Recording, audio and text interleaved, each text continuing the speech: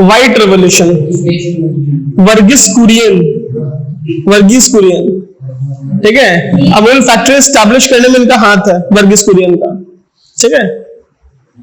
आइए यहां देखते हैं पहला पॉइंट, ये लिखा हुआ है ग्रीन रेवोल्यूशन, ठीक है। जब मैंने आपको ये बताया था कि हमारे देश में खाने को लेकर बहुत ज्यादा कमी थी, तो जब प्रधानमंत्री ने एमएस स्वामीनाथन से बोला तो इन्होंने भारत में ग्रीन रेवोल्यूशन स्टार्ट किया, ठीक है। ग्रीन रेवोल्यूशन क्या है कि एग्रीकल्चर फील्ड में ऐसी टेक्नोलॉजी का इस्तेमाल करना जिससे हमारी जो क्रॉप्स है ना उसमें कम समय में ज्यादा से ज्यादा हमें चीजें मिल सके। जैसे आज के डेट में आपने हाइब्रिड भिंडी, हाइब्रिड टमाटर, हाइब्रिड बैगन, बहुत सारी चीजें हाइब्रिड के बारे में सुना होगा। लेकिन हमारे देश में 2 बार ग्रीन रेवोल्यूशन स्टार्ट हुआ, ग्रीन रेवोल्यूशन 1, ग्रीन रेवोल्यूशन 2। क्योंकि जब हम फसलों में ज्यादा केमिकल डाल के यूज करते हैं ना तो वो केमिकल फ्रूट के अंदर आ जाते हैं, सब्जी के अंदर आते हैं, जिससे क्या होता है लॉन्ग टर्म में इंसान की बॉडी को नुकसान होता है, ठीक है। उससे बचने के लिए बाद में ये एडवाइस की गई कि हमें ऑर्गेनिक फार्मिंग पर शिफ्ट करना चाहिए, मतलब हार्मफुल फार्मिंग नहीं करनी चाहिए। नहीं समझ रहे हो? अगर एक बात समझो, कोई फसल है आप उसमें केमिकल डालोगे तो केमिकल आप तक पहुंचेगा ही पहुंचेगा, ठीक है। इन्हें कहा जाता है फादर ऑफ ग्रीन रेवोल्यूशन। ऐसे ही दुनिया में जिन्होंने ग्रीन रेवोल्यूशन स्टार्ट किया था उनका नाम है नॉर्मन बोरलॉग। ये नाम ऐसे ही क्या करोगे, नॉर्मन, विदेशी थे, जाहिर सी बात है इंडिया के नहीं थे, अब यूएस के थे, ये श्योर नहीं है, लेकिन हाँ उनको कहा जाता है फादर ऑफ ग्रीन रेवोल्यूशन। ये father of Indian green revolution है। ये इंडिया वाले ग्रीन रेवोल्यूशन के फादर कौन है? एमएस स्वामीनाथन। और ओवरऑल वर्ल्ड वाले कौन है? Norman Borlaug. उसके बाद सैम पित्रोदा ने येलो रेवोल्यूशन का स्टार्ट किया। देखो एक बार जब आपके लिए खाने के लिए पर्याप्त हो गया ना, उसके बाद ऑयल सीड्स, जिसको तिलहन हिंदी में बोलते हैं, ऑयल सीड्स पे काम करना शुरू किया। आज देखो कितने टाइप के ऑयल आप यूज करते हो। राइस ब्राइन ऑयल आता है, देखा होगा, रिफाइंड ऑयल, सोया ऑयल, सूरजमुखी, सनफ्लावर ऑयल, पता नहीं कितने, हाँ, पाम ऑयल, सो ऑन। तो ये किसके लिए? सरसों का तेल तो हम बहुत जमानों से यूज करते आ रहे हैं। ग्रीन रेवोल्यूशन, ठीक है। येलो रेवोल्यूशन, ब्लैक जब दुनिया में डिस्कवर किया गया। ये बता दूं, जब पहली बार गाड़ी बनी थी ना तो गाड़ी इसलिए नहीं बनी थी कि जमीन से तेल निकलेगा हम चलाएंगे, इसलिए नहीं बनी थी। इसलिए गाड़ी बनी थी कि पहले आप बायोडीजल पेड़ उगाओगे, उससे फल को निकालोगे, उसको पीस के उसका तेल बना के तब गाड़ी चलाओगे, इसको बायोडीजल कहते थे, ठीक है। लेकिन बाद में जब जमीन के नीचे कच्चे तेल की डिस्कवरी हुई तो मालूम चला हम तो इससे भी गाड़ियां चला सकते हैं, इससे फैक्ट्रीज चला सकते हैं। तो उसके बाद शुरुआत होती है ब्लैक रेवोल्यूशन की। ब्लैक रेवोल्यूशन में बेसिकली फोकस किया गया पेट्रोलियम प्रोडक्ट्स। अच्छा, पेट्रोलियम प्रोडक्ट्स में क्या होता है? सिर्फ सिर्फ पेट्रोल डीजल नहीं, पेट्रोल है, डीजल है, कैरोसिन है, वैक्स है, जो मोमबत्ती वाला वैक्स है, प्लास्टिक, ये तुम कुछ प्लास्टिक देख रहे हो ना, ये भी एक पेट्रोलियम प्रोडक्ट है। प्लास्टिक है, कोल तार, सड़क बनती है, ठीक है। मतलब उसका एक एक चीज इस्तेमाल कर लेते हैं हम। जैसे घर में पहले कपड़ा है, ठीक है, पहना, फिर छोटे भाई ने पहना, फट गया तो उसका झोला बना लिए, और फट गया पोछा बना लिए, जब तक वो खत्म नहीं हो गया तब तक यूज किया। तो वैसे ही कच्चा तेल है, कच्चा तेल निकला ना तो उसका एक एक हिस्सा कतरा कतरा हम यूज कर लेते हैं। पहले कच्चे तेल को रिफाइन किया, पेट्रोल निकाला, पावर अल्कोहल निकाला, डीजल निकाला, उसमें जो कचरा बच गया उससे वैक्स निकाला, उससे कचरा बच गया तो प्लास्टिक बना ली, उससे जो कचरा बच गया कोई तार निकाल के सड़क बना ली, सारा कुछ यूज हो गया, कुछ भी नहीं बचा वेस्ट के फॉर्म में। तो इतना ज्यादा उस पर काम किया। जो प्रोडक्ट्स डिफरेंट डिफरेंट आपको मिलते हैं वो ये, आपने कभी देखा वैसलीन पे लिखा होता है पेट्रोलियम जेली, वैसलीन के ऊपर लिखा होता है पेट्रोलियम जेली, ध्यान दिया है? इस बात देना, जो वैसलीन आती है व्हाइट वाले डिब्बे में उसमें देखना लिखा होता है पेट्रोलियम जेली, यानी वो कच्चे तेल का कचरा है। उसका जो सब निकलने का वेस्ट बचता है उससे बनाया जाता है पेट्रोलियम प्रोडक्ट्स उसके अंदर। तो वो किसके अंदर आता है? ब्लैक रिवोल्यूशन के अंदर आता है। इसके ब्लू रिवोल्यूशन हमारे देश में, अगर इंडिया को अगर हम छोड़ दें, लगभग दुनिया के और किसी देश में खाने पीने को लेकर ना इतना सरदर्द नहीं है। हमारे यहाँ रोज का सरदर्द है, आज क्या बनेगा, कल क्या बनेगा, ठीक है। डेली का टेंशन है, आज मैं ये नहीं खाऊंगा, वो खाऊंगा, सुबह ये नहीं, दिन का ये नहीं, रात का मेन्यू होता है। विदेश में क्या है, जो मिले तो खा लेते हैं, नो नखरा, कुछ भी चलता है, उनका फिक्स है, एकदम लगभग फिक्स है, यही सुबह, यही शाम, यही रात, कोई तामझाम नहीं। हाँ मोटा मोटा वो जीवन भर एक ही से काम चला सकते हैं, बहुत वैरायटी डिमांड नहीं करते हैं, तभी तो अपना सारा काम फोकस कहीं और लगाते हैं। ठीक है, तो दुनिया के बहुत सारे कंट्रीज ऐसे जो फिश पे बहुत डिपेंड करते हैं, बहुत ज्यादा डिपेंड करते हैं। ठीक है, चाइना वाइना वाले पर डे बहुत फिश पकड़ते हैं, डेली के बता रहा हूँ बहुत मछलियां पकड़ी जाती हैं। जितना भी तुम्हारा ये कंट्रीज है, लाओस, कंबोडिया, वियतनाम, मलेशिया, ऐसी जो कोस्टल कंट्रीज तुमने सुना होगा ना, जिससे हम साउथ ईस्टर्न कंट्रीज कहते हैं, साउथ ईस्टर्न कंट्रीज, उन सब जगह मछली खाते हैं। इंडोनेशिया, मलेशिया, सब जगह धुआंधार, हर दम नहीं, सुबह भी वही, शाम भी वही, दोपहर रात चारों टाइम चल जाता है नॉनवेज, फुल नॉनवेज। तो जाहिर से तो अब उसे कल्चर हमारे इंडिया में भी मछली खाने का कल्चर बहुत बड़ा, तो लोग मछली पालते हैं। पहले क्या था, समुद्र से पकड़ के लाते थे, नदी से, आजकल लोग पालते हैं, पाल के बेचते हैं और उससे अपना रोजगार चलाते हैं। तो मछली पालना, बढ़ाना, उसको बेचना फिश प्रोडक्शन में आता है ब्लू रेवोल्यूशन। ठीक है, गोल्डन रेवोल्यूशन इसमें फलों के बारे में है, हनी, इन सब प्रोडक्ट्स बारे में। सेम पिंक में भैया दो, अभी पूछा ना किसी ने प्रॉन क्या होता है, प्रॉन झींगा होता है, झींगा प्रॉन। ठीक है, हाँ झींगा मछली सुना है नाम, झींगा मछली नहीं सुना है? सुना है?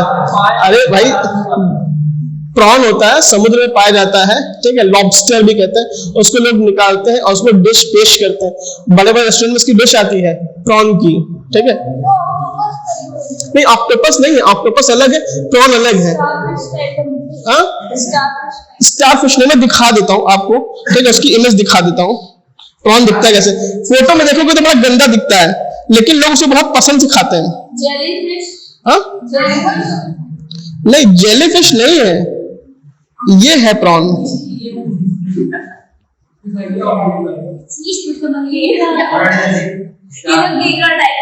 हाँ बस वही है, लुलू। ये देखो, अब दिखा, व्हाइट फोटो अच्छी दिख रही है ये। ठीक है, पकौड़ी बना खाते इसके। अरे बहुत फेमस है भैया प्रॉन।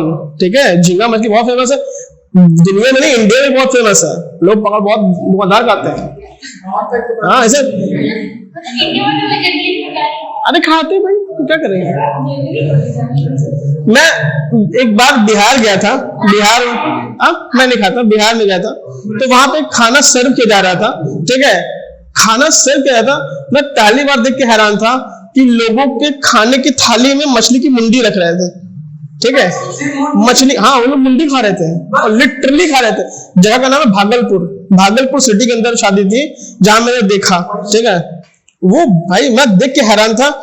मैं नॉनवेज नहीं खाता लिटरली। जब वहां पे ना ऐसा कल्चर नहीं, अपनी प्लेट लेके जाओ खाओ, बकायदा बैठा देते हैं, बीच में ग्लास रख देते हैं, सब डिजाइन बनाते हैं, जैसे वो रेस्टोरेंट में होता नहीं कि आप candle light dinner type situation बना देते हैं। 4 प्लेट लगी है, वेटर आके सर्व कर रहा है, एकदम पहन के टाई कोट ऐसे एकदम बढ़िया सा।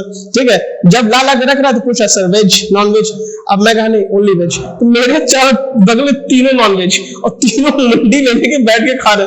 अब मेरी नजर ऐसे से जा रही है, किसी तरीके से मैंने खत्म किया। मैं कहा चलो भाई खत्म करते हैं। देखा कि वहां की शादियों में भाई मछली बहुत फेमस है, लोग बहुत प्यार से खाते हैं मछली। हाँ अरे मेरा भाई है, कजिन ब्रदर है, उसके दोस्त की शादी थी। ठीक है, तो वो लिवा गया था, कहा चलो बिहार शादी में चलते हैं। तो मैंने पहली बार देखा था भैया कि शादी में अपने यहाँ क्या है कि वेज नॉन वेज अपनी मर्जी, अपनी प्लेट है। अगर आप वेज स्टॉल उधर होता है, नॉन वेज वरना वेज होता है। ठीक है, आपकी मर्जी, आप उधर जाओ खाओ, वहां क्या बैठा दो खाओ साथ में। अच्छा था। ठीक है, फिलहाल एक्सपीरियंस है, लाइफ के अपने एक्सपीरियंस है। राउंड रेवोल्यूशन, ये स्पेशली फॉर आलू कितना फेमस है, ऐसी कोई सब्जी नहीं जिसमें आप आलू यूज ना करते हो। ठीक है, इवन आलू एक सीजन में आती है। ठीक है, सोचो आलू, अरे हाँ आप दाल तो बन जाएगी, भिंडी आलू भी बनाने को तो आजकल तो आदमी कुछ भी बनाता है यूट्यूब पे, कुछ भी। पता नहीं यूट्यूब पे क्या दिखा रहा था, पानी में वो बना था ऑमलेट, वाटर ऑमलेट। मैं कहा यार पागल हो गया, पानी में ऑमलेट बना रहा था। पता नहीं कैसा बना कि फ्रेम हटा के तेल डाल दिया, क्या पता। हाँ कुछ पता है क्या कैमरे में, आप देख थोड़ी रहे, वहां लाइव तो खड़े नहीं हो, क्या कर रहा है क्या नहीं। लेकिन आप देखो पोटैटो जो आलू है, आलू को आप साल के 12 महीने देख सकते हैं, हर महीने हमेशा आपको आलू मिलेगा मार्केट में, जबकि इसका सीजन है खाने का। लेकिन उसके बाद भी बाकायदा इसको स्टोर किया जाता है, मार्केट में एक प्रोसेस के थ्रू लाया जाता है, ठीक है।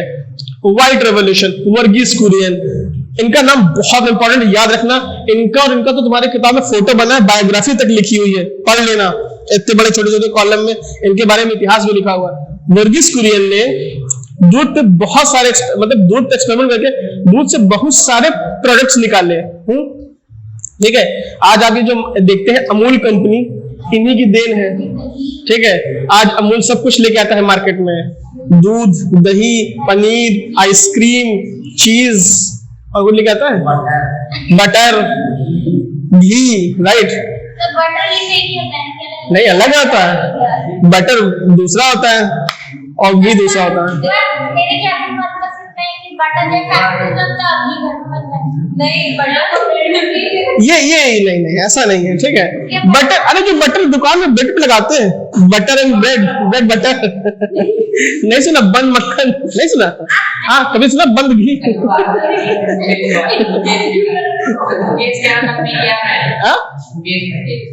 ये कौन है? अच्छा, इतने डिफरेंट। तो वर्गीस कुरियन का नाम याद जरूर रखिएगा, बहुत इंपॉर्टेंट है, ठीक है। अब आगे बढ़ते हैं। खरीफ क्रॉप, रबी क्रॉप, ये डिफरेंट टाइप की क्रॉप सीजन्स हैं, ठीक है। जो हमारी फसलें होती हैं हमारे देश में चलती हैं, इतने सीजन्स बेसिकली बहुत फेमस है। एक को बोलते हैं खरीफ क्रॉप, एक को बोलते हैं राबी, एक को बोलते हैं जायद। आपकी किताब में 2 नाम लिखे हुए हैं, खरीफ लिखा है और राबी लिखा हुआ है। जायद भी जानते रहो, क्योंकि हाँ, अब देखो होता है क्या, जून से नवंबर, अब तुम नोटिस करो, जून से नवंबर का जो महीना होता है ना, बारिश का महीना होता है ना। तो आप इसे बोल सकते हो ना, ये रेनी सीजन की क्रॉप्स हैं। ये जो आपको दिखाई दे रहे हैं, ये सब आपको रेनी सीजन वाले क्रॉप्स हैं, खरीफ क्रॉप्स। इसमें आपको क्या है, पैडी है, मक्का है, जूट है, गन्ना है, इसमें ये उगता है।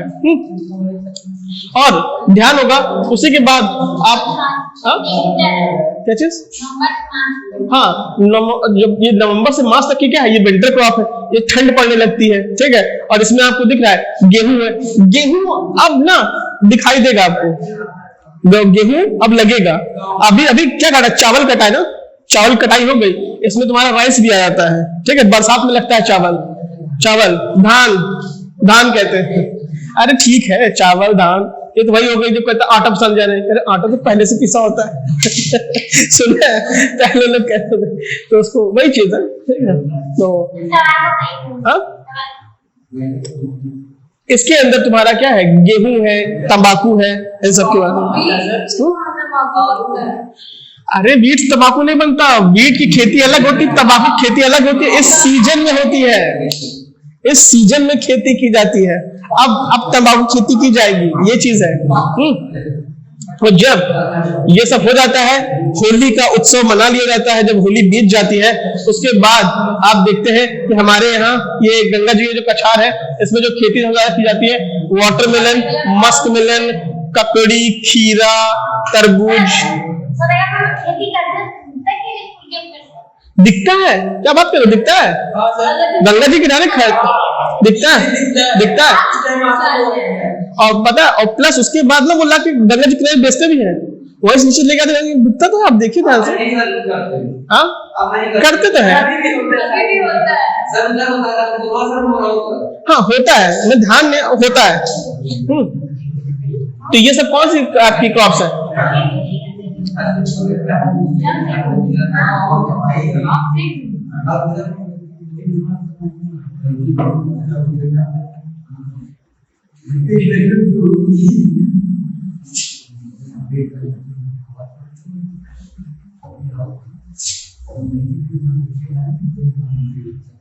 ये आपकी समर क्रॉप्स है, ठीक है। कौन सी, गर्मी वाली है, ये जो गर्मी में उगती है, ठीक है। इसमें तो कोई कंफ्यूजन नहीं होगा, सिंपल है, ठीक है। अब देखो, जो आपकी फसलें हैं वो डिफरेंट टाइप्स की होती हैं। सागर जी मोबाइल में क्या दिखा रहे हैं, कह रहा डिफरेंट टाइप्स की आपकी फसलें हैं। कौन कौन सी हैं? जैसे आपने सुना होगा तिलहन, ऑयल सीड की फसलें हैं, ठीक है। गेहूं की फसलें हैं, ठीक है, जैसे सीरियल की फसलें हैं, पल्सेस हैं, ठीक है। अच्छा एक बात सुनो, तुमने सुना होगा कैश क्रॉप। हाँ, अरे सीरियल में है मक्का वक्का आता है, हाँ ये सब आता है। ये सुना है कैश क्रॉप किसे कहते हैं? कैश क्रॉप, हाँ कमाने के लिए तो सभी बो रहे हैं, हरमाना भी कमाने के लिए बो रहे हैं। जूट हो गया, jute, cotton, coffee, tobacco, sugar cane, ये सब पता है कैश क्रॉप है। क्यों? पैसा तो आलू भी दे रहा है, ज्यादा इनकम होती है। अच्छा और सोचो, थोड़ा सा सोच के बताओ, समझने में आसान जाएगा तुम्हारे लिए, ठीक है। ये गेहूं भी तो कैश क्रॉप में, गेहूं का पैसा नहीं पैसा मिलता, उससे मिलता है, चावल से मिलता है, ठीक है, सब्जी है, सबसे पैसा मिलता है, तो उसे क्या अरे सब्जी में ज्यादा मिलता है, टमाटर को 100 रुपए में बेच रहे हैं। प्याज भी कितना महंगा बेच रहे हैं, बहुत महंगा दे रहे हैं। सुनो देखो, उसको इसलिए कैश क्रॉप कहते हैं क्योंकि जैसे भी कहा ना, उसको कैश के लिए उगाते हैं। कैश का सेंस ये है कि आप जब भी ना, मान लो आपने गन्ना उगाया तो कभी इसलिए नहीं उगाओगे लाओ गन्ना उगाए घर में चीनी बना ले, नहीं, आप सिर्फ गन्ना उगाए बेचने के लिए। अगर आप गेहूं उगाते हो तो आपका मन रहता है आप कुछ रख लो, लोग पहले अपने लिए उगाते हैं, बच जाएगा ना बेच देंगे, ठीक है। चावल उगाए घर के लिए, बेच देंगे बाद में। लेकिन कोई ऐसा नहीं कि चाय पत्ती उगाए हैं लाओ रख ले घर के लिए, बाद में बेच देंगे। चाय पत्ती होगी तो फैक्ट्री जाके बन के आएगी, तभी तो उसको पियोगे ना, तो पूरी की पूरी बिकेगी ही बिकेगी। अब ऐसा थोड़ी ना है कि तंबाकू की पत्ती भाई वो प्रोसेस होगी, सूखेगी, पैकेट नहीं तब ना कि वही सीधा पत्ती तोड़े शुरू नहीं ना, तो उसको बेचना ही पड़ेगा, सीधी सी बात है। कॉफी है, कॉफी के दाने फैक्ट्री में जाएंगे ही जाएंगे, बन के आएंगे ही आएंगे। मतलब अगर आपने उसको लगाया है तो मेन मकसद आपका ये है कि आप उसे बेचोगे, ठीक है ना। उसको स्पेशली लगाया इसलिए गया है, पर्सनल यूज के लिए नहीं, कमर्शियल यूज के लिए लगाया गया है, ताकि उससे आप कमाएंगे, सीधी बात है। इसलिए उसे क्या बोलते हैं? Cash crop. समझना कोई बात?